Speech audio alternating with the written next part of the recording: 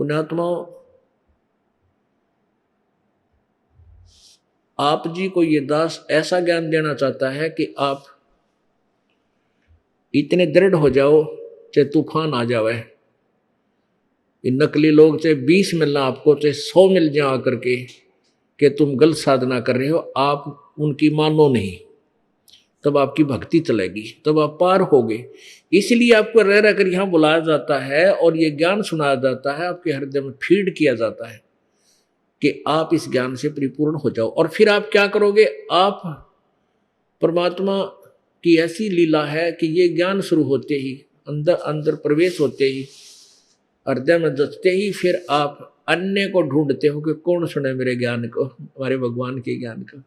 तो ऐसे ही एक विस्फोट होगा कुछ दिनों में। धीरे धीरे जनसाधारण को आप भी समझाओगे, सब धीरे धीरे ऐसे हम अपने ज्ञान का फैलाव करेंगे। सत्य सच्चाई, सच्चा ज्ञान है।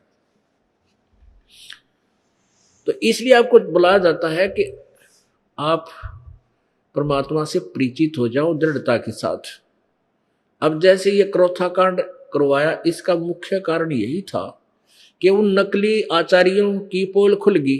वो अपने ग्रुप को, आर्य समाज की आत्माओं को मूर्ख बनाए बैठे हैं।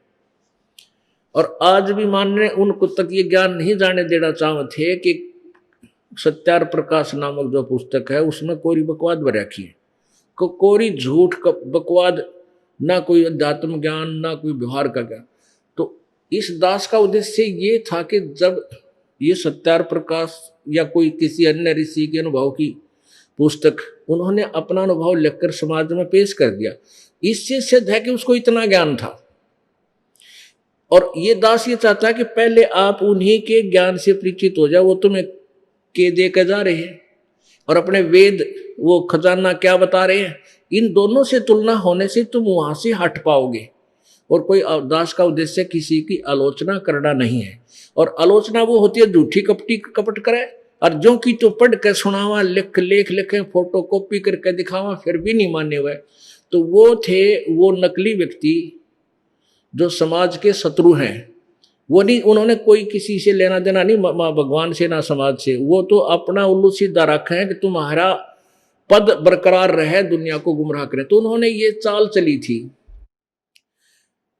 और जिसके कारण उसने इन्होंने मुख्यमंत्री जी भी उसी ग्रुप का बन गया।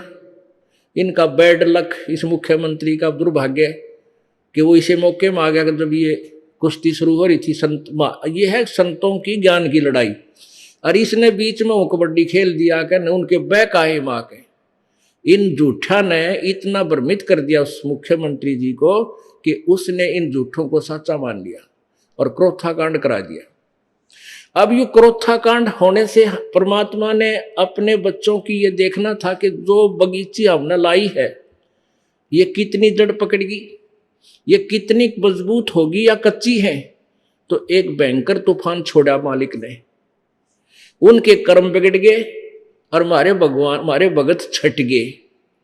यानी इतने तूफान में भी इतनी बकवाद, इतनी झूठी, अखबारों में भी, मीडिया में भी, इलेक्ट्रॉनिक मीडिया में भी इतनी झूठ बोल दी, और फिर भी हमारे भक्त टस से मस नहीं हुए और उससे अधिक बढ़कर अब उपदेश लेने आ रहे हैं।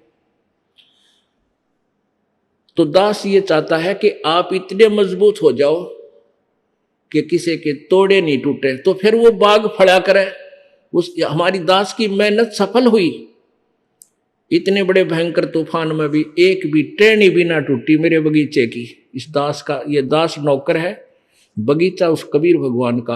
आप उसके बूटे हो, पौधे हो, आप इतने मजबूत हो गए कि आप एक भी ना टूटा, बल्कि और आण लाग रहे हैं। दूर दूर तक इस तत्व ज्ञान से परिचित होकर वो पुण्यात्मा सैलाब की तरह उठकर आएंगे कुछ दिनों में, आप देख लेना।